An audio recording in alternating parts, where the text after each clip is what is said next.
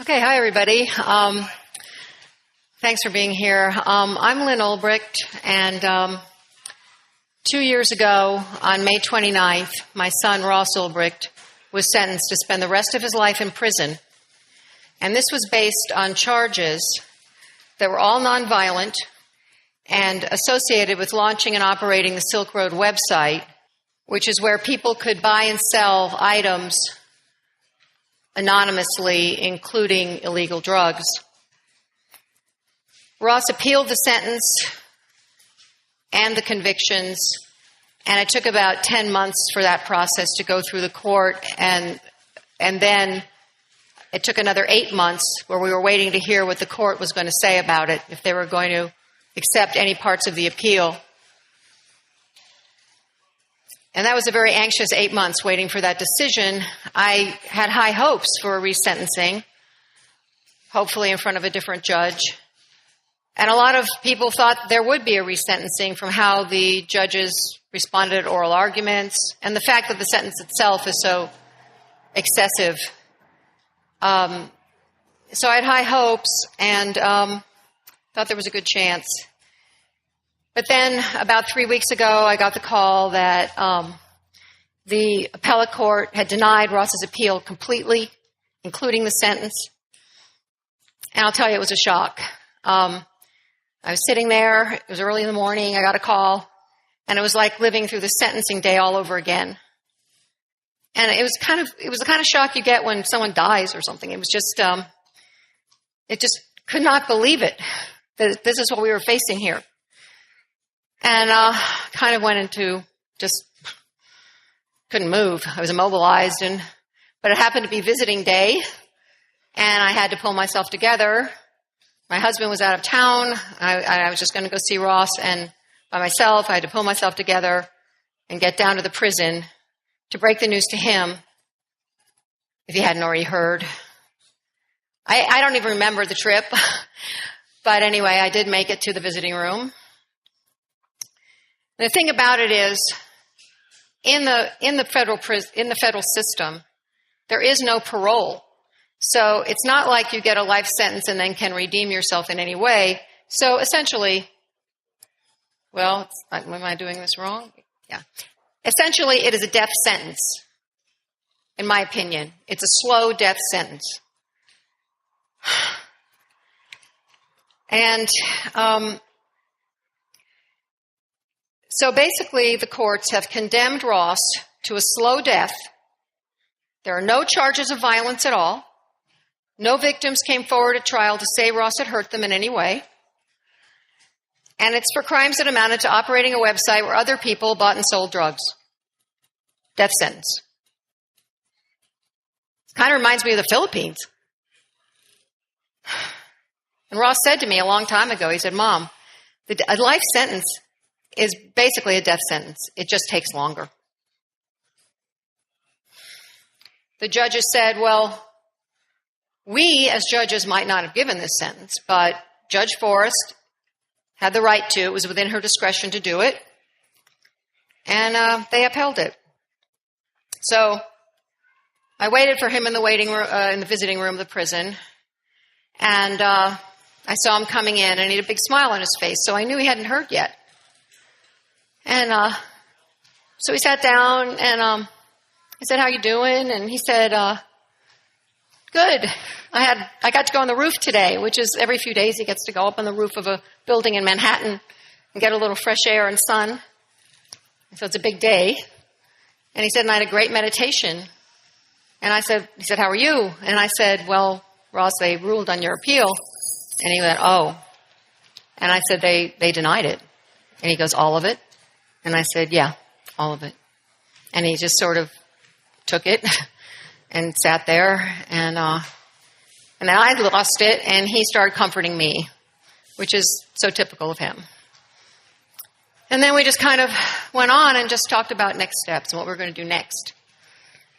And next in the system is you appeal the appeal.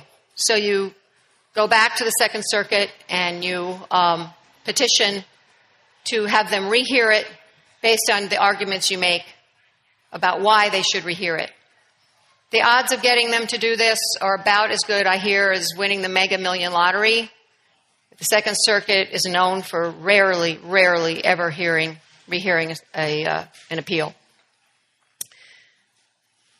Assuming we don't win the lottery, then the next step is to petition the Supreme Court. That's a tough one, too. They get 10,000 petitions a year, and they take 85 of them. We're going to do it. We're going to do what it takes. We're not giving up. We're going to keep fighting for Ross. The ruling itself is 139 pages. I actually ran into Bill Domenico, I think, who was saying he read it. And I'm like, wow, you read that thing? I've read it twice. It's pretty hard to read. It's impossible to address all of it here, but I'm just going to point out some things about it and some precedents that I think should concern all of us. One is the appellate judges were not particularly concerned that the jury in Ross's trial was not allowed to know about these two men, corrupt agents, who had the run of the Silk Road site as they were investigating it for many, many months. One of them, Sean Bridges, who the defense didn't know about even at trial, was working for the NSA at the time. The appellate court said that just because these guys were on the site and had full access, basically, does not necessarily, quote, affect the reliability of the government's evidence, even though they may have fabricated some of it. And they added that the defense still hadn't shown how those guys being on the site really was exculpatory, that it indicated that there was a reasonable doubt that the evidence that they were looking at wasn't valid and showed that Ross's innocence.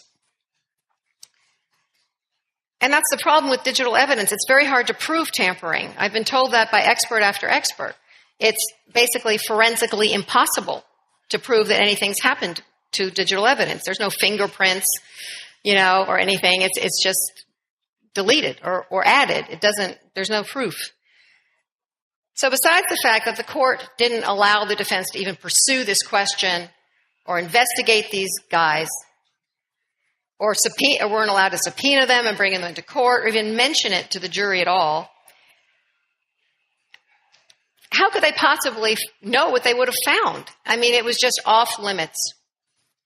And as Darryl Perry says in an article, I thought he made a really good point. Well, isn't saying that it's not exculpatory, that's just basically saying, well, because you can't prove it's tainted, means it's not tainted, because you can't prove it. Isn't that putting the burden of proof on the defendant?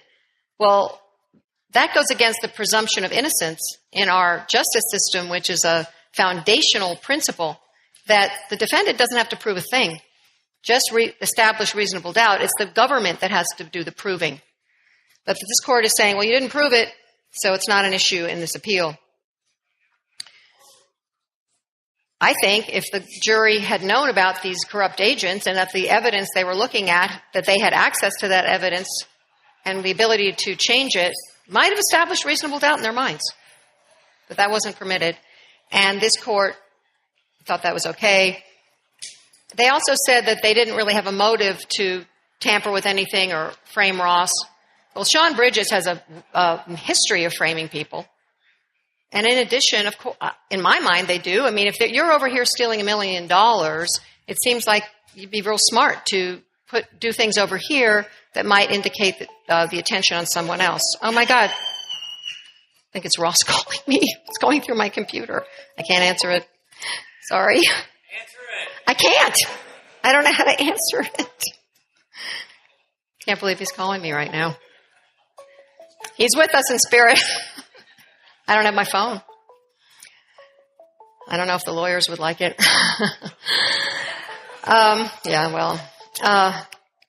Anyway. Well, too bad. I know he'd love to be here with you. So, another issue in this case is the drug war. It's a drug war case. as it's gone digital. They've made Ross the poster boy, basically. And this judge said, he goes, well, reasonable people disagree about how useful harsh sentences are in deterring drug use and sales and crimes. And they even disagree about the prohibition of drugs at all. We have disagreement. And it's very possible that at some future point, we'll come to regard these policies as tragic mistakes and adopt less punitive and more effective methods. But then they add that because Ross agrees with these reasonable people who think that the drug war is wrong, that means he thinks he's entitled to break the laws, and here he comes again. And that means he will not be reformed, that he's a bad candidate for recidivism, so that when he gets out, the sentence is 20 years. That's the mandatory minimum. So when he gets out when he's 50, and he hasn't been on the internet in 20 years, he's actually a threat to do this again, to build another Silk Road. So they're saying, because he believes, like other reasonable people, that the drug laws are wrong. So they need to give him a life sentence because maybe he'll still believe the laws are unreasonable and unjust, and that can't be tolerated.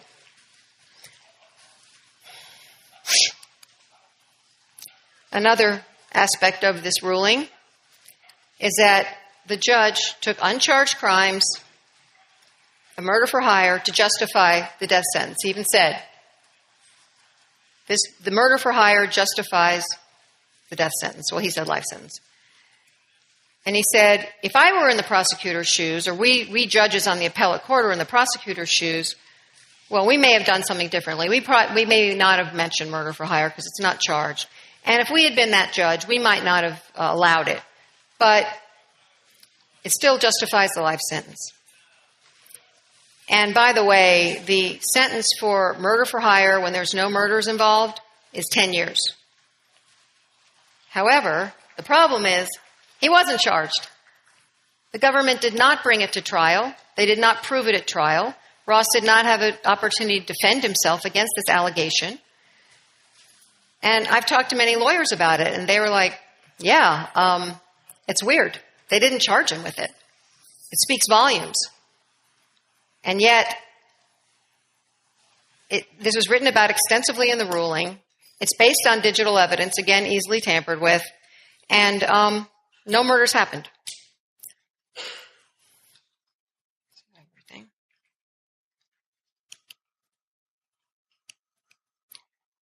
And this is a quote from the prosecutor at trial, saying to the jury, hey, whoops, do I have the right one? Yeah. To be clear,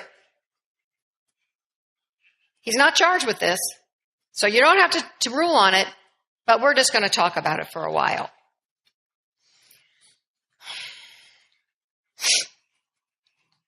And as Brian Dougherty said in Reason, and I've said it many times, why do we even have trials? Why even bother? They can accuse you of something worse than even what you're charged with at trial and not have to prove it and use it against you to put you in a cage for life. And that, of course, is the trend in our country now. Trials are a dying breed. Most people are pressured to plea, 97% of people. And they're told, if you go to trial, you're probably going to lose and you'll be punished more severely. So, you better plea.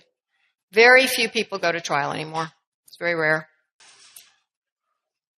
Another issue was that Judge Forrest, in her sentencing, brought in Ross's philosophy and political beliefs, which is basically in line with pretty much everybody here, and says she knows he started for philosophical reasons, and she's just not sure he's given the philosophy up yet.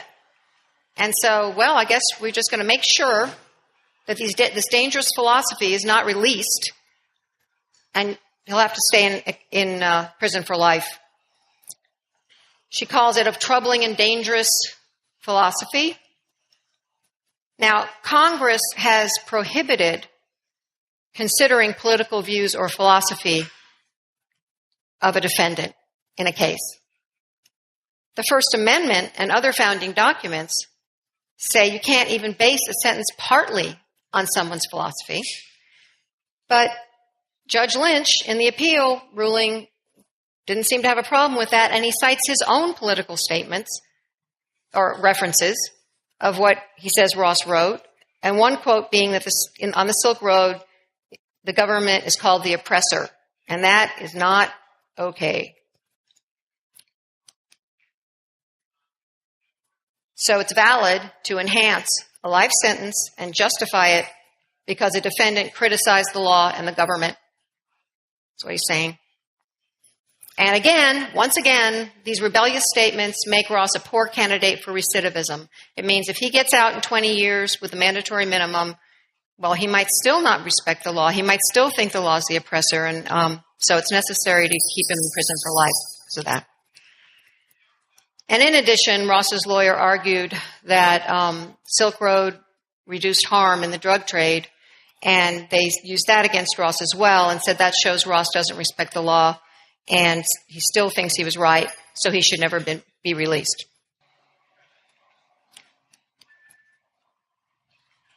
Another issue is that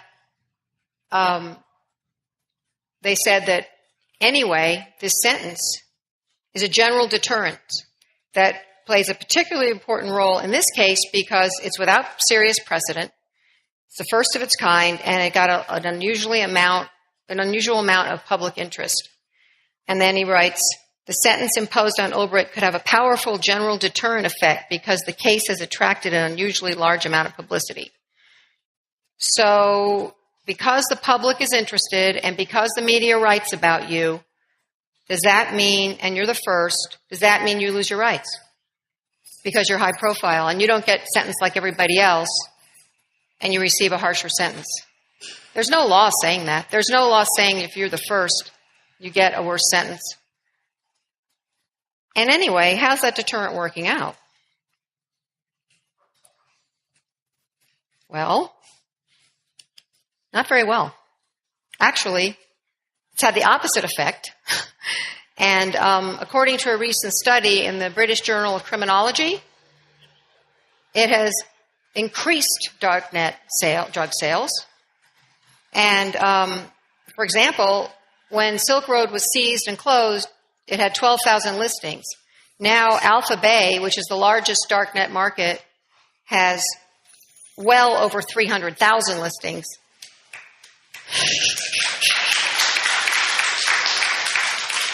$240,000 of them are drugs alone.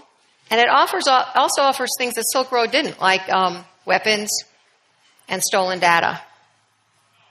Now, so Judge Forrest thought she could scare people with Ross's sentence and instead think the sites are bigger, they're badder, there's more of them. And but they're still sticking to the argument in the appeal that it's deterring people from doing this. Reality is not being applied here. Now, there's another really important issue that came up in Ross's appeal and in the ruling, which is that the government obtained pen trap orders without a warrant, without probable cause, to monitor IP traffic to and from Ross's devices. And the defense argued that they needed to get a warrant to do this. And Judge Lynch, in his ruling, rejected that, relying on a precedent from the Supreme Court decision of Smith versus Maryland, which has been labeled the third-party doctrine, because the third-party doctrine says that you don't have any privacy protection for information known or exposed to third parties. For instance, an internet provider or a phone company, that's open season, that is not protected by the Fourth Amendment. Now, it was a decision made in 1979, which is almost 7 decades ago, based on this technology. It's very controversial because it's limited the scope of the Fourth Amendment in the digital age. According to many legal scholars, it was based on the fact that at the time, when you dial a phone number, that phone number is not private. And even then, 3 judges dissented from the opinion. and said, yeah, you still have a right to privacy of what numbers you dial. And Judge Potter Stewart wrote that phone numbers were an integral part of a communication and part of the content of the communication. And so you have a right to have it be private. So, of course, now we're not talking about dialed phone numbers. I remember dialing phone numbers. A lot has changed, believe me. So now we're talking about endless amounts of data. We're talking about financial and credit card records, medical records, photos, documents and file sharing on the cloud, location information, browsing activity, emails, what we watch, what we post, what we buy, what we research, who we date. All of that information is available without a warrant because of the third-party doctrine. So why does the government even need a warrant to go in your house? They can find out a whole lot more from third parties about you, very personal, very relevant information, without a warrant, without probable cause. And it's really one of the main reasons that the Fourth Amendment has lost its relevance in the digital age. So under it, there's nothing to require any oversight or limitation on government surveillance. It's basically open season, that. Now, the courts have been reconsidering this and saying that, we're going to rethink this. And even Sandra Sotomayor, Supreme Court Justice, said it might be necessary to reconsider the third-party doctrine because it's ill-suited to the digital age. Basically, the courts are trying to apply 20th century law to the 21st century, and it's just not fitting in general. It doesn't fit in the Silk Road case specifically, and it doesn't fit in general in the digital world. So Judge Lynch made the statement.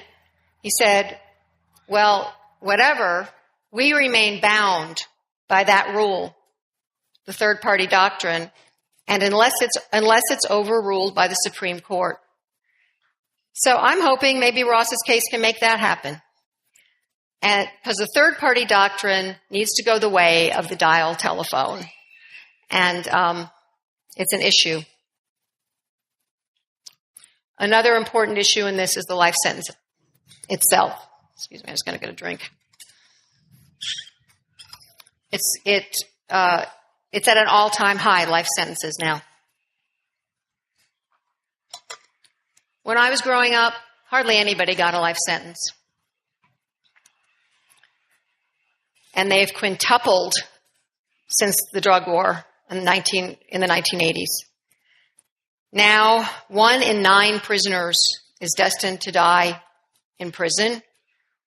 And if you include people who have a virtual life sentence, which is basically so many years that there's no way they're going to outlive it, remember, there's no parole, it's over 206,000 people. And over 17,000 of them, like Ross, are convicted of non-violent crimes. They haven't murdered anybody, kidnapped anybody, bombed anybody, tortured anybody. Those people actually often get less than life.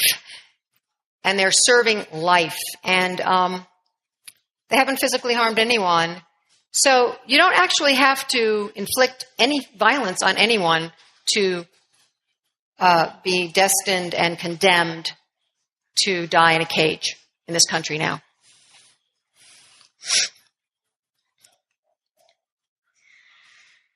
You can just think you can create a virtual agora and be destined to die in a cage now. And this is what a criminal defense lawyer, 30 years experience, wrote in his blog about Ross. He said that's why he was sentenced. It was for an idea. It was for a platform. It was for the hubris of thinking he could create a virtual agora beyond the reach of government and its laws. And like the drug war itself, this case is not about drugs. It's about a platform.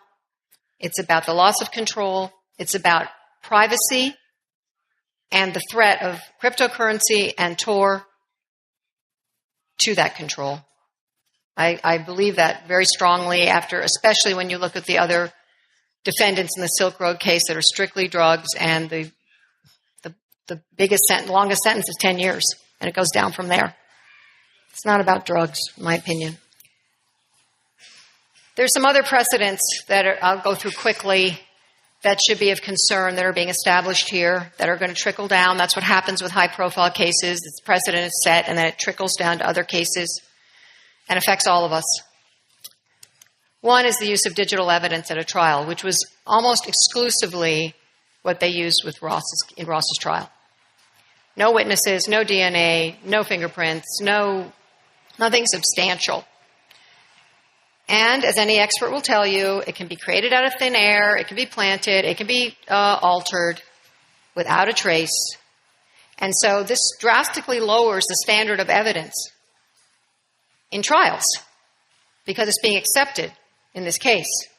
Mortgage companies won't even take a screenshot of a bank statement because they know how easily faked it is. You have to show them your bank statement. Judge Forrest's court has a lower standard of evidence than a mortgage company. And she told the jury, I heard it with my own ears, you can rely on what's up on that screen. It's all solid, what the government's putting up there. Accurate. When all you need here he comes again. All you need is a computer and Photoshop. Ross, I wish I could answer this. Can't. I know. The thing is, it could jeopardize his phone privileges, and Ross doesn't have email privileges because it's an internet crime, and if they took away his phone privileges, it would be a disaster. So, I've learned from the prisons, they can pretty much do whatever they want, and you learn to be very cautious. He's speaking to you. It's just, it's like, he knows I'm here, and I think he knows I'm talking. So, a crypto security expert, internationally known, told me. He goes, look, data can be planted, and when you forensically look at it, it will appear normal. It is impossible to tell it's been tampered with. It can be totally changed. And he said, framing people is technically child's play. And by the way, Sean Bridges, the NSA guy who's in prison now, he's known for framing people. I don't know if I mentioned that. We can't prove that Ross was framed. We can't prove it.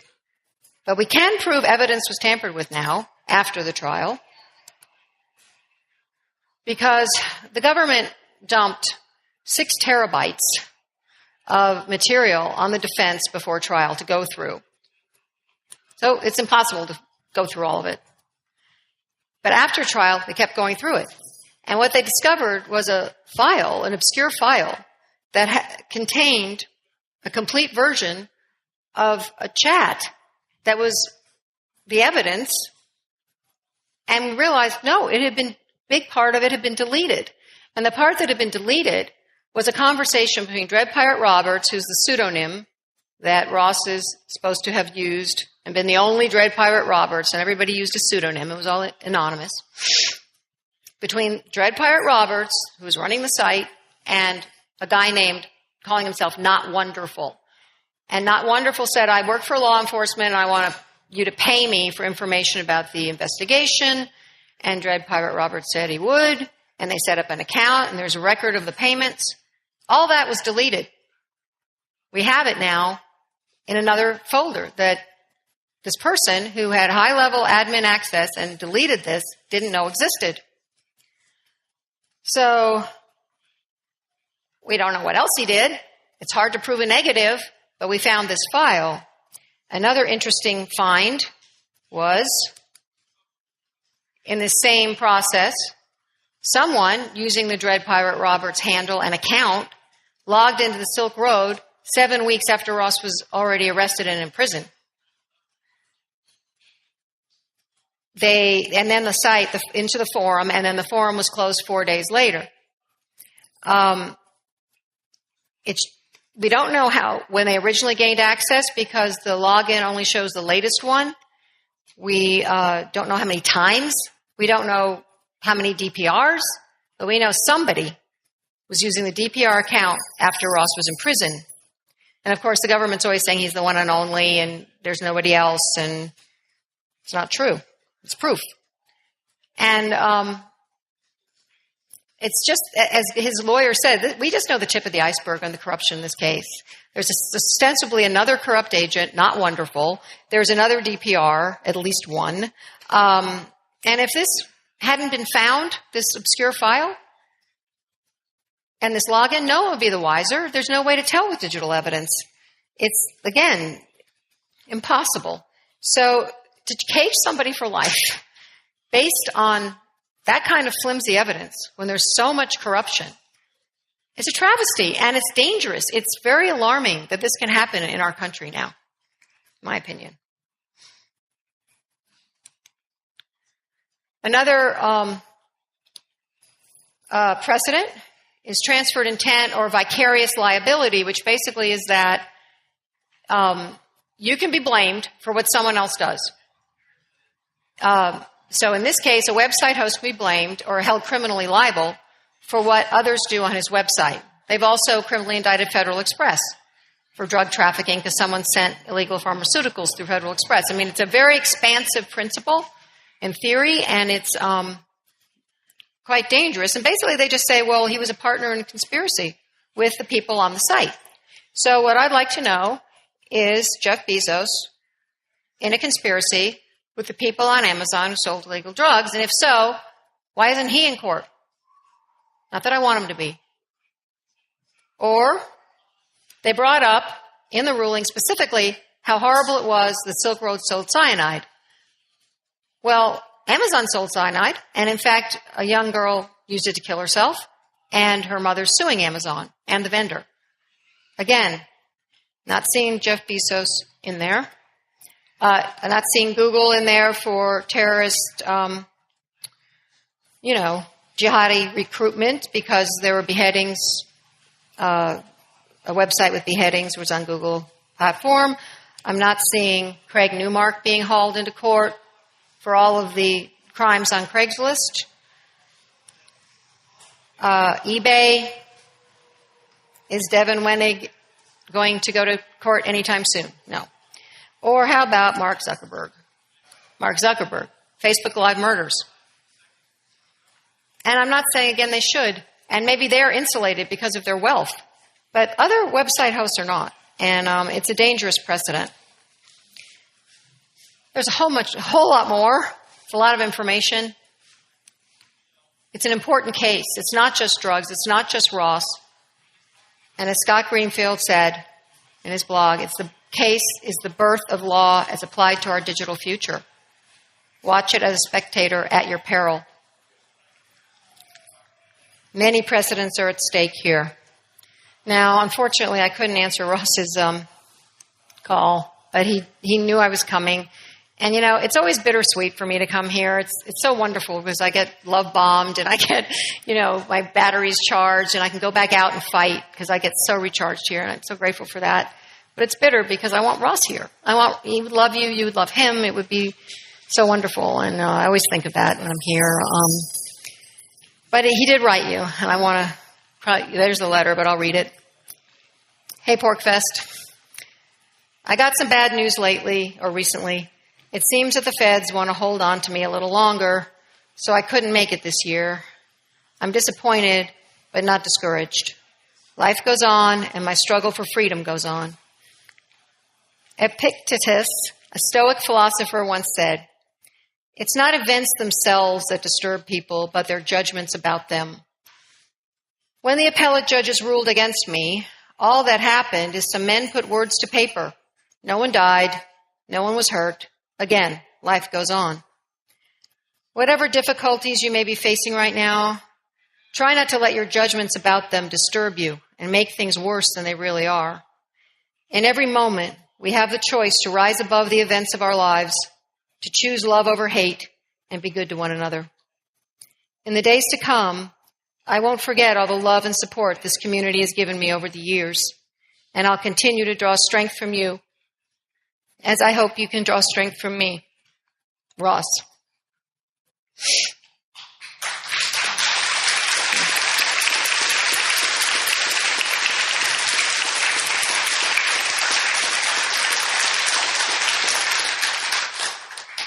I don't think there's too many violent kingpins and thugs who would write a letter like that.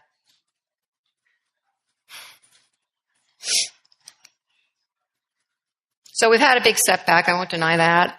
It's very hard. It gets harder. The climb gets steeper. But like Ross said, we're not giving up. We're bowed, but we're not broken.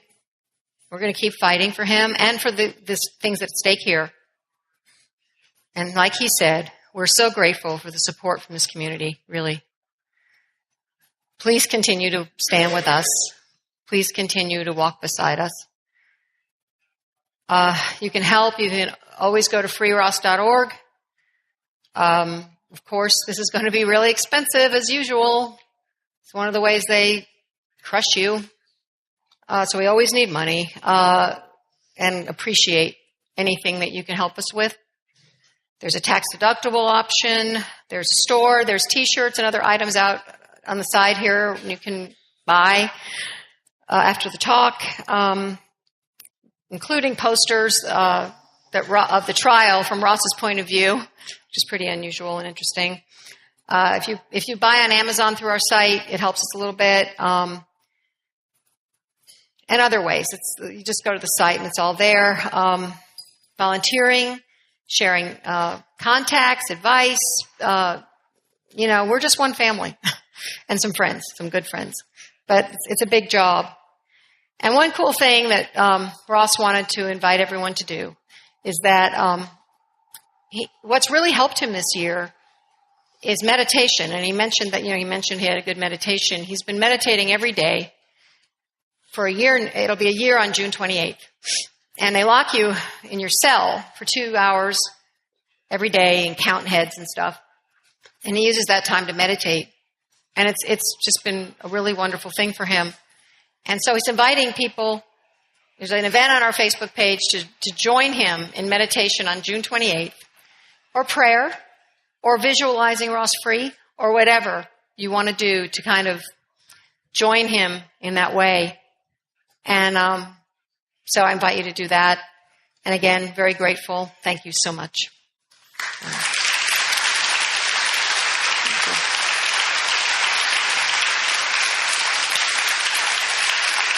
I know what time it is.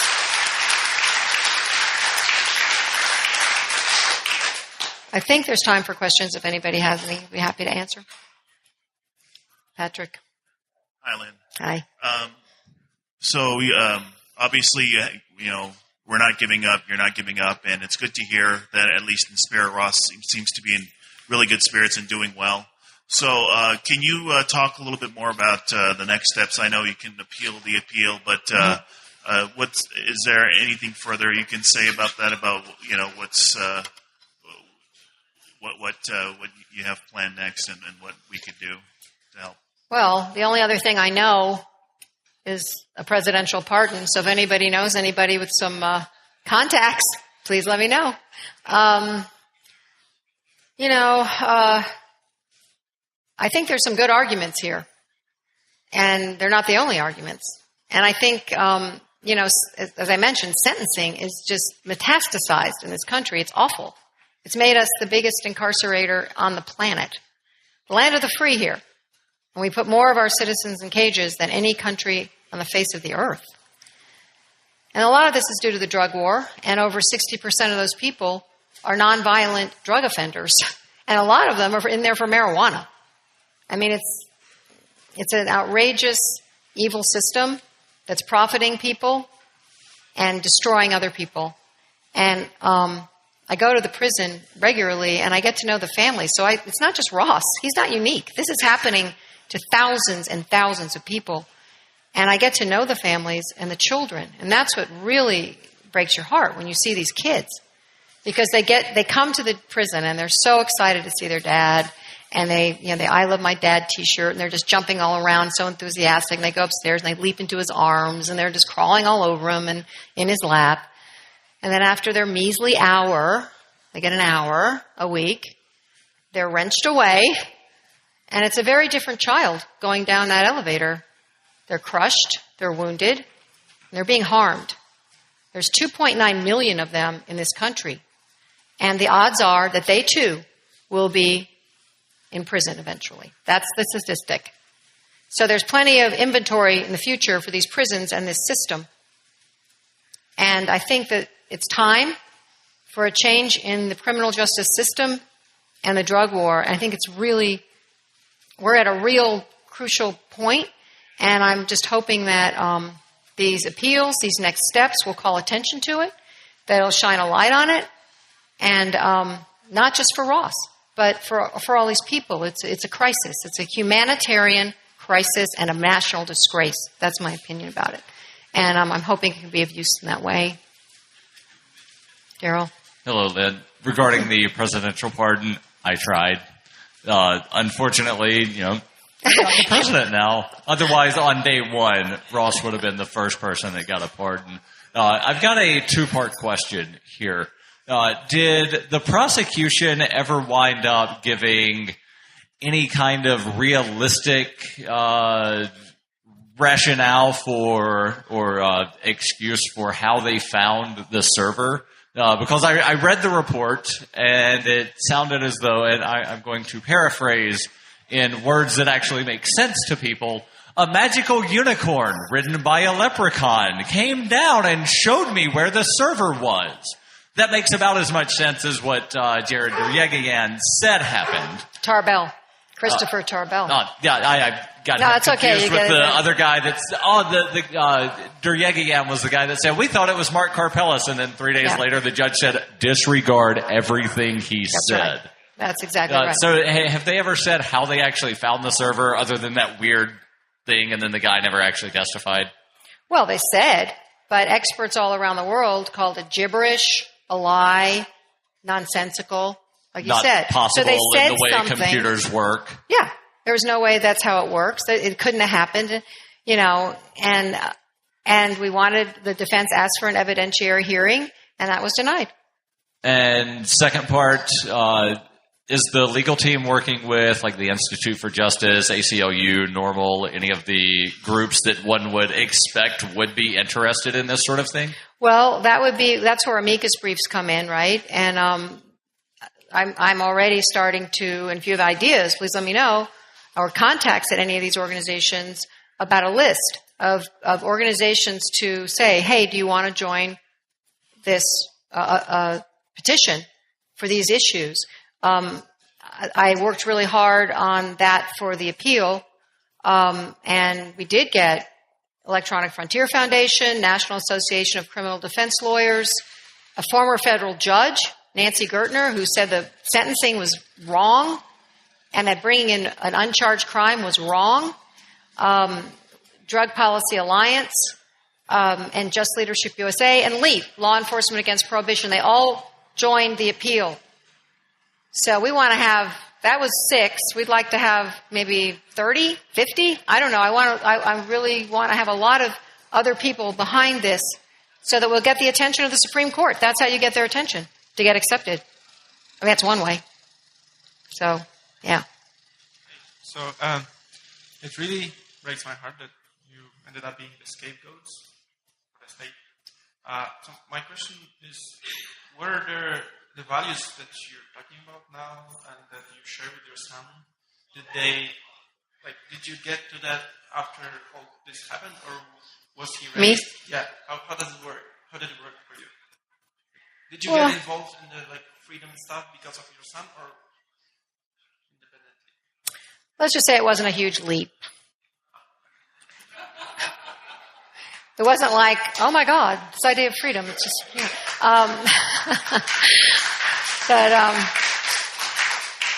But Ross got very involved with the Ron Paul campaign and Austrian economics in college, in graduate school. And I certainly didn't disagree with any of that. My husband and I have always been entrepreneurs. We've always been like, just leave us alone and let us live our life kind of people. So it wasn't foreign and strange, and it wasn't that big a leap for me too. I've certainly learned a lot from all of you and this whole process. And I've been personally appalled at what I've actually seen. I really didn't know how bad it really was, actually. It's somehow when you see it yourself and how they operate, the government, there's no going back. So, Thank you. yeah. Oh, hey, Ernie. At some point, the legal effort done. You know, at some point, you'll go through that process. From the beginning, my estimation, my evaluation was it was totally political. It's all policy. It's I got a big giant hammer and you look like a nail. And I'm wondering at some point, is there going to be a political penalty for them to pay? That Schumer has some credible opposition from a Bitcoin-funded individual entrepreneur of I'm going to kick your ass. If there isn't any pain, these guys only understand pleasure and pain. They've been getting all the benefit and have not felt any pain. So I'm just wondering, at some point, there will need to be pain in the public sphere, and that's when I want to help. Hey, I'm on board. Absolutely. Yes. I'll add it to my list. No, but really, yeah. That's right. And they made it political. They made it political in this whole thing. They said, well, the drug laws, we got to go by the drug laws, so I guess you got to change them. We got to go by the third-party principle, so I guess it needs to be overruled. So they're saying you need to change it. So candidates change it. They say Congress is telling us to do this. Okay, well, then we got to talk to Congress, get people in Congress who are going to make changes. I wrote an article recently that your Coinbase account had been closed after you're trying to transfer a donation. Can you comment on that? Yeah, sure. We transferred money to Coinbase to convert it to dollars to pay the lawyers because they said they didn't want to take Bitcoin. I'll work on them, but right now they don't.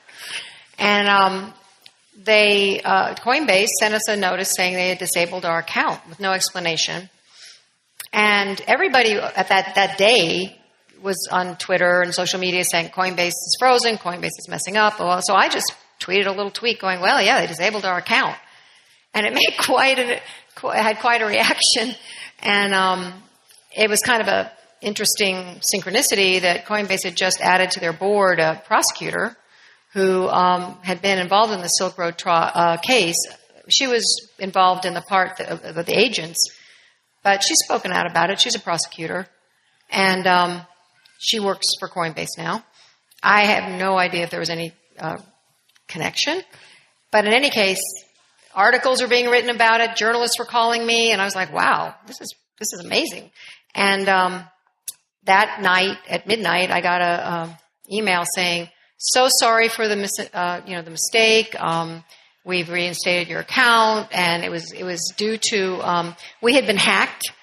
Coinbase had been hacked back in December, and we had moved money since then, but they said it was because of that, and they were checking it out.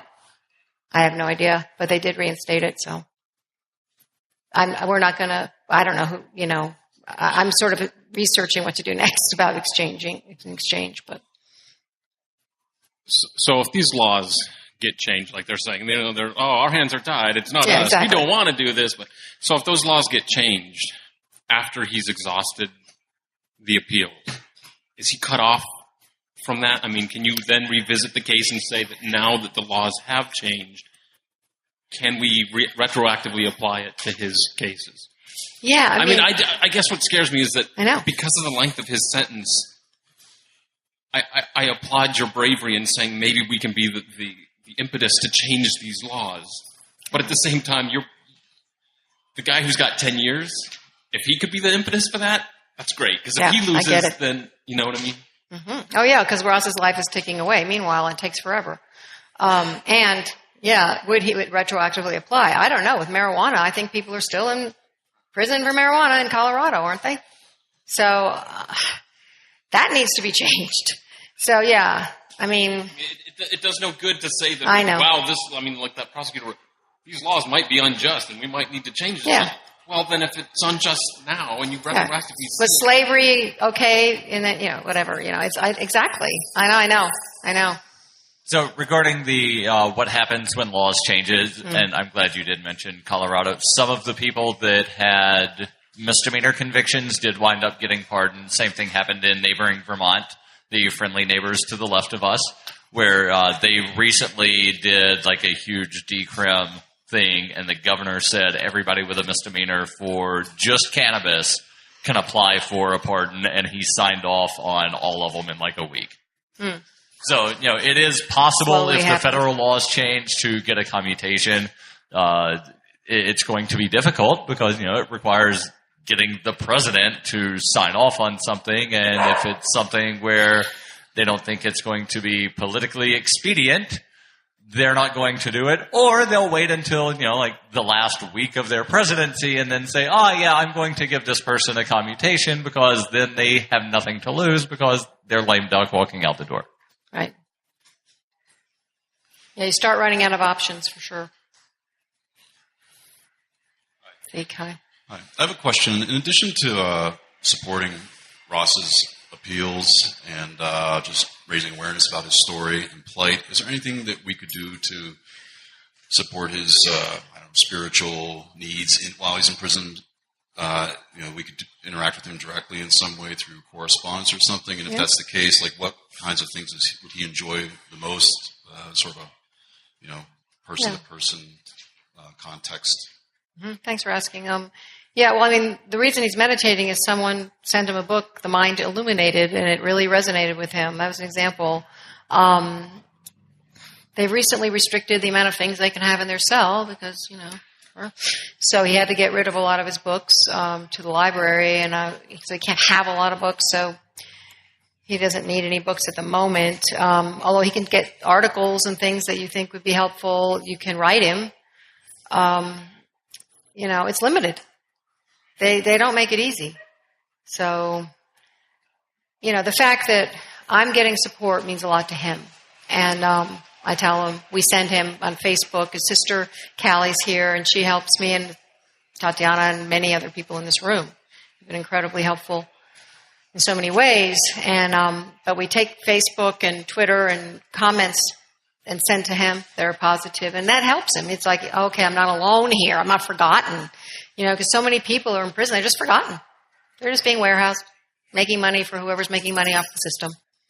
And they're forgotten. And their families don't have the luxury that we do because we have an internet business of moving to where Ross is. We moved from Austin so we could be near him and visit him.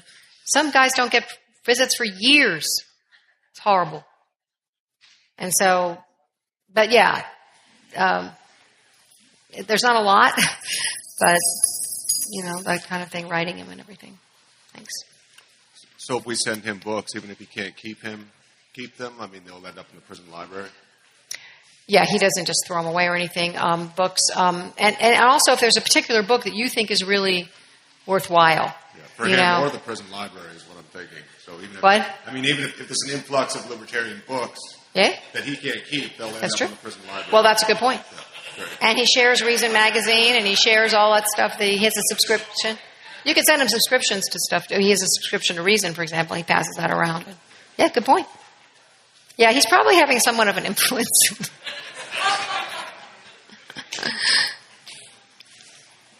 Okay, I think that's it. But I'll be around all weekend, and thank you so much. Love you guys. Really do. Thank you.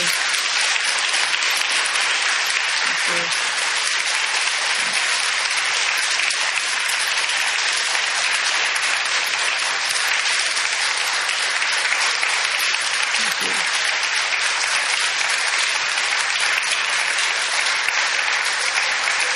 Thank you.